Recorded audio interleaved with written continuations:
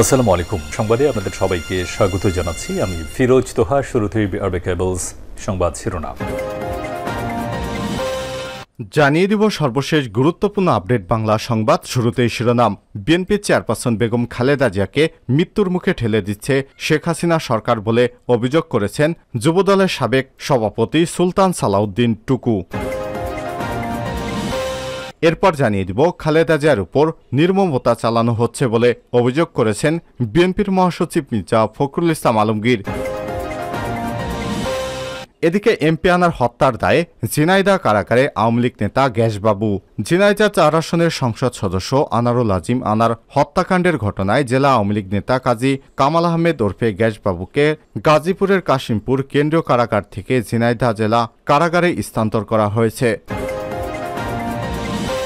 এদিকে মাদকের বিরুদ্ধে জিরো টলারেন্স নীতি প্রয়োগ করেছে সরকার, বললেন প্রধানমন্ত্রী শেখ হাসিনা। জানিয়ে দিব স্মার্ট নাগরিক হিসেবে গড়ে তুলতে ছাত্রলীগের প্রতি আহ্বান পলকের। 2041 সালে স্মার্ট বাংলাদেশ বিনির্মাণে বর্তমান প্রজন্মকে সাম্প্রদায়িক, প্রগতিশীল এবং স্মার্ট নাগরিক হিসেবে গড়ে তুলতে ছাত্রলীগের প্রতি আহ্বান জানিয়েছেন ডাক, টেলিযোগাযোগ এবং তথ্য প্রযুক্তি প্রতিমন্ত্রী জুনায়েদ আহমেদ পলক। এবং সর্বশেষ জানিয়ে দিব মার্কিন ম্যাগাজিনের প্রতিবেদন প্রকাশ, গাজা যুদ্ধে জয়ী হতে যাচ্ছে ফিলিস্তিনের সশস্ত্র গোষ্ঠী হামাস।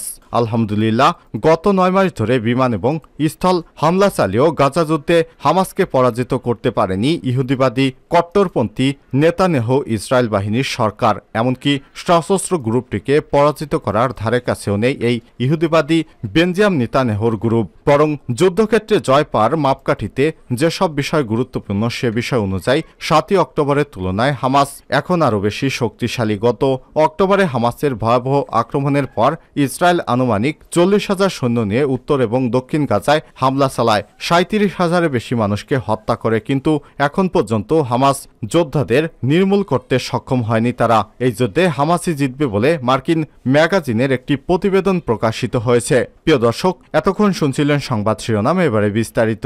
তবে তার আগে বন্ধুরা, আপনি কোন স্থান থেকে আমাদের সংবাদটি দেখছেন কমেন্ট করে জানিয়ে দিন এই সংবাদ সম্পর্কে আপনার মূল্যবান মতামত। প্রিয় দর্শক, আপনি যদি আমাদের চ্যানেলে নতুন হয়ে থাকেন, ভিডিওটি দেখতে দেখতে চ্যানেলটি সাবস্ক্রাইব করে রাখুন, যাতে করে আমাদের লেটেস্ট আপডেট সংবাদগুলো সবার আগে আপনার কাছে পৌঁছে যায়। এবারে বিস্তারিত।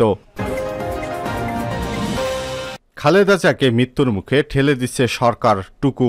আওয়ামী লীগ সরকার বিএনপির চেয়ারপারসন বেগম খালেদা জিয়াকে বিদেশে উন্নত চিকিৎসার সুযোগ না দিয়ে তিলে তিলে মৃত্যুর দিকে ঠেলে দিচ্ছে বলে অভিযোগ করেছেন দলের প্রচার সম্পাদক এবং জাতীয়তাবাদী যুবদলের সদ্য সাবেক সভাপতি সুলতান সালাউদ্দিন টুকু। মঙ্গলবার 25শে জুন বিকেলে ঢাকার আশুলিয়ায় ঢাকা জেলা যুবদল আয়োজিত খালেদা জিয়ার রোগমুক্তি কামনায় এক দোয়া মাহফিলে তিনি এসব অভিযোগ করেন। টুকু বলেন, 3 বারের সাবেক প্রধানমন্ত্রী খালেদা জিয়া যে আজ গুরুতর অসুস্থতার জন্য দায়ী এই সরকার এবং সরকার প্রধান। আন্তর্জাতিক মানবাধিকার সংস্থা, বিভিন্ন দেশ এবং সংস্থা, এমনকি জাতিসংঘ পর্যন্ত বেগম খালেদা জিয়ার স্বাস্থ্য নিয়ে উদ্বেগ প্রকাশ করলেও রাজনৈতিক প্রতিহিংসার কারণে মিথ্যা মামলায় তাকে সাজা দিয়ে বন্দী করে রাখা হয়েছে। এ সময় তিনি বলেন, একজন সাবেক সংসদ সদস্য হাজী সেলিম 10 বছর সাজাপ্রাপ্ত হয়েও দেশের বাইরে গিয়ে চিকিৎসা নিতে পারেন, অথচ 3 বারের সাবেক একজন প্রধানমন্ত্রী গুরুতর অসুস্থ হলেও তাকে বিদেশে নিয়ে উন্নত চিকিৎসার সুযোগ দিচ্ছে না সরকার। তাকে তিলে তিলে মৃত্যুর দিকে ঠেলে দিচ্ছে এই অবৈধ সরকার। এ সময় তিনি আরো বলেন,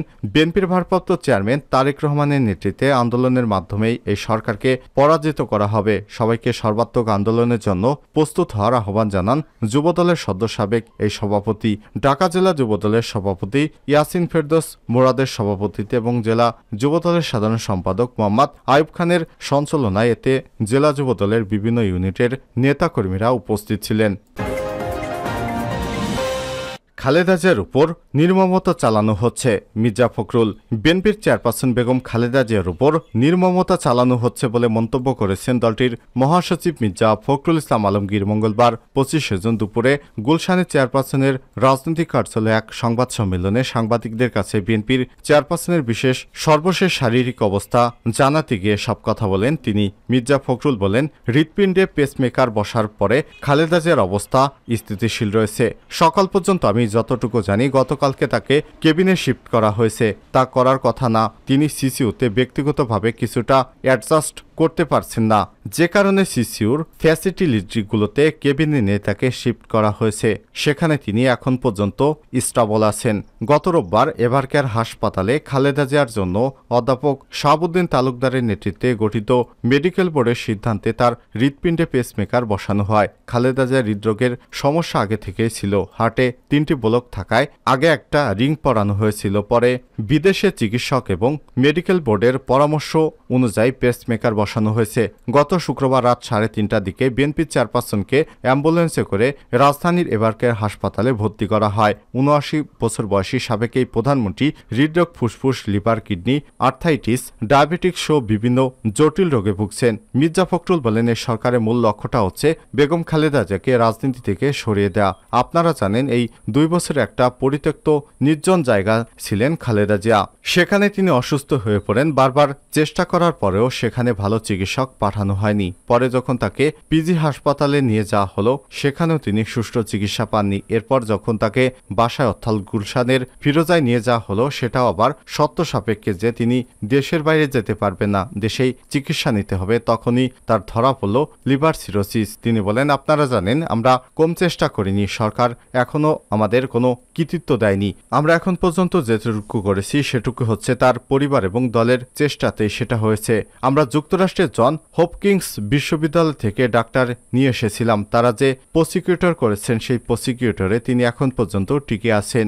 এটা কোনো সমাধান নয়। একমাত্র সমাধান হচ্ছে তার লিভার ট্রান্সপ্লান্ট করানো। তার যে অনেক অসুখ আছে, সেই অসুখের জন্য তাকে এমন চিকিৎসা সেন্টারে পাঠাতে হবে যেখানে তার সঠিক চিকিৎসা করতে হবে। অন্যান্য অসুখগুলো কন্ট্রোল করে, এটাই আমরা বারবার করে বলছি। এ সময় তিনি আরো বলেন, শুধু রাজনৈতিক প্রতিহিংসার কারণে বেগম খালেদা জিয়াকে বন্দী করে রাখা হয়েছে, যা সম্পূর্ণ বেআইনি এবং সংবিধান বিরোধী। সরকার তাদের ক্ষমতাকে চিরস্থায়ী করার লক্ষ্যে দেশনেত্রীকে হত্যার উদ্দেশ্যে উন্নত চিকিৎসা থেকে বঞ্চিত করেছে। এমপি আনার হত্যা, ঝিনাইদহ কারাগারে আওয়ামী লীগ নেতা গ্যাসবাবু।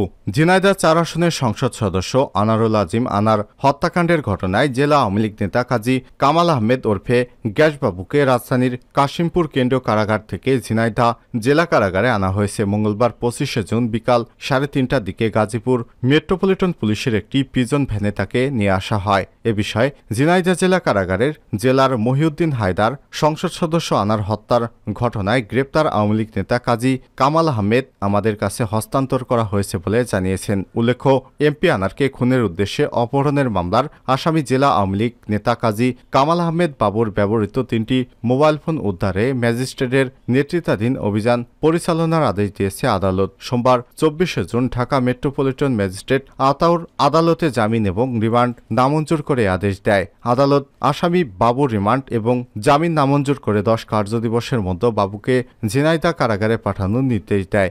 ঝিনাইদহে আনার পর জেল সুপারের তত্ত্বাবধানে একজন ম্যাজিস্ট্রেটের উপস্থিতিতে বাবুকে নিয়ে ডিবি পুলিশ অভিযান পরিচালনা করবে। এর আগে গত 6 জুন রাতে ঝিনাইদহ শহরের আদর্শপাড়ায় নিজ বাসা থেকে ঢাকার ডিএমপি ডিবি পুলিশের একটি দল তাকে আটক করে। পরে তাকে এমপি আনার হত্যার ঘটনায় গ্রেপ্তার দেখিয়ে 7 দিনের রিমান্ডে নেওয়া হয়। পরে বাবু 164 ধারায় আদালতে স্বীকারোক্তিমূলক জবানবন্দি দিলে তাকে জেল হাজতে প্রেরণ করা হয়। কাজী কামাল আহমেদ বাবু ঝিনাইদহ জেলা আওয়ামী লীগের ত্রাণ এবং সমাজ কল্যাণ বিষয়ক সম্পাদক।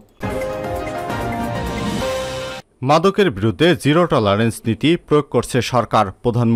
প্রধানমন্ত্রী শেখ হাসিনা বলেছেন, সরকার মাদক অপরাধী, চোরাকারবারি, পৃষ্ঠপোষক এবং তাদের সহায়তাকারীদের বিরুদ্ধে জিরো টলারেন্স নীতি প্রয়োগ করেছে। দেশের শিক্ষাক্রমে মাদকাসক্ত বিজ্ঞানভিত্তিক বিষয়াবলী অন্তর্ভুক্ত করে শিক্ষার্থীদের মাদকের অপব্যবহার সম্পর্কে সচেতন করার উদ্যোগ নেওয়া হয়েছে বলে জানান তিনি। প্রধানমন্ত্রী বলেন, পথশিশু যারা মাদকাসক্ত হয়ে দুর্বিষহ জীবনযাপন করছে, তাদের সরকারি বেসরকারি নিরাময় কেন্দ্রের মাধ্যমে চিকিৎসা প্রদান করা হচ্ছে। প্রধানমন্ত্রী শেখ হাসিনা বলেন, মাদকদ্রব্যের অপব্যবহার এবং অবৈধ পাচার বিরোধী আন্তর্জাতিক দিবস উপলক্ষে দেওয়া এক বাণীতে সব কথা বলেন তিনি। উল্লেখ্য, বুধবার 26শে জুন মাদকদ্রব্য অপব্যবহার এবং অবৈধ পাচার বিরোধী আন্তর্জাতিক দিবস। প্রধানমন্ত্রী বলেন, মাদকদ্রব্যের অপব্যবহার প্রতিরোধ এবং মাদকাসক্তি মুক্ত বাংলাদেশ গড়ার দৃঢ় প্রত্যয় নিয়ে মাদকদ্রব্য নিয়ন্ত্রণ নিয়ন্ত্রণ অধিদপ্তর এর উদ্যোগে জাতিসংঘ ঘোষিত মাদকদ্রব্যের অপব্যবহার এবং অবৈধ পাচার বিরোধী আন্তর্জাতিক দিবস পালিত হচ্ছে জেনে আমি অত্যন্ত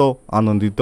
আন্তর্জাতিক মাদক বিরোধী দিবসে এবারের প্রতিপাদ্য প্রমাণ স্পষ্ট, প্রতিরোধে বিনিয়োগ করুন অত্যন্ত সময় উপযোগী এবং সঠিক সময় তিনি মনে করেন। প্রধানমন্ত্রী বলেন, জাতির পিতা বঙ্গবন্ধু শেখ মুজিবুর রহমান পাকিস্তানের কারাগারে থেকে মুক্ত হয়ে সদ্য স্বাধীন দেশে ফিরে রাষ্ট্র ক্ষমতা গ্রহণের পর 1972 সালের 15 জানুয়ারি এক সরকারি আদেশের মাধ্যমে মদ, জুয়া, হাউজি, ঘোড়দৌড় নিষিদ্ধ করেছিলেন। এমনকি তিনি সংবিধানের 18/1 অনুচ্ছেদে উল্লেখ করেছেন, জনগণের পুষ্টির স্তর উন্নয়ন এবং জনস্বাস্থ্যের উন্নতি সাধনকে রাষ্ট্র অন্যতম প্রাথমিক কর্তব্য বলিয়া গণ্য করিবেন এবং বিশেষত আরোগ্যের প্রয়োজন কিংবা আইনের দ্বারা নির্দিষ্ট অন্যবিধ প্রয়োজন ব্যতীত মদ্য এবং অন্যান্য মাদক পানীয় এবং জনস্বাস্থ্য হানিকর ভেষজ ব্যবহারে নিষিদ্ধকরণের জন্য রাষ্ট্র কার্যকর ব্যবস্থা গ্রহণ করিবেন। তিনি বলেন, এরই ধারাবাহিকতায় বঙ্গবন্ধু 1972 সালের 16 এপ্রিল প্রধানমন্ত্রীর সরকারি বাসভবনে শ্রমিক ইউনিয়নের সদস্যদের বলেন, ঘোড়দৌড় আর